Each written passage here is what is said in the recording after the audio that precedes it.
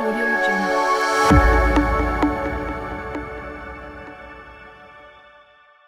Can you please share which AI tools are helping with analyzing the data or which tool to stay away from?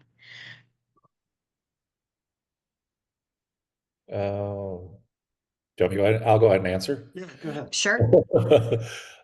So a lot of people use ChatGPT. I hear it's a good product. You can get documents into it and stuff. I tried it when it first came out, but I switched to using Gemini.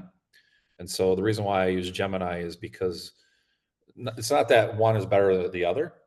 They all have the same function. They're an AI pulling data and transferring data. But the reason why I use Gemini is because we have our entire business on a Google Drive.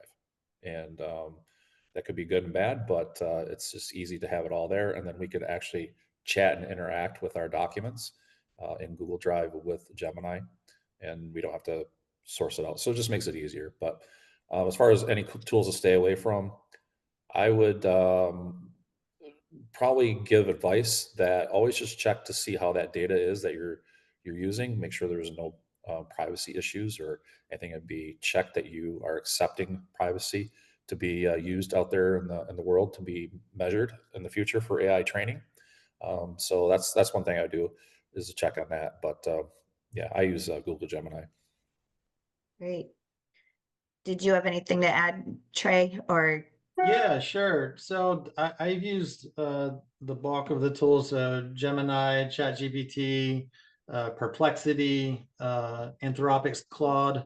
They all have their pros and cons to data analysis and more. Definitely recommend the paid accounts though. To the next point, like you have to be cautious with the data you're uploading. For one, you might want to normalize it.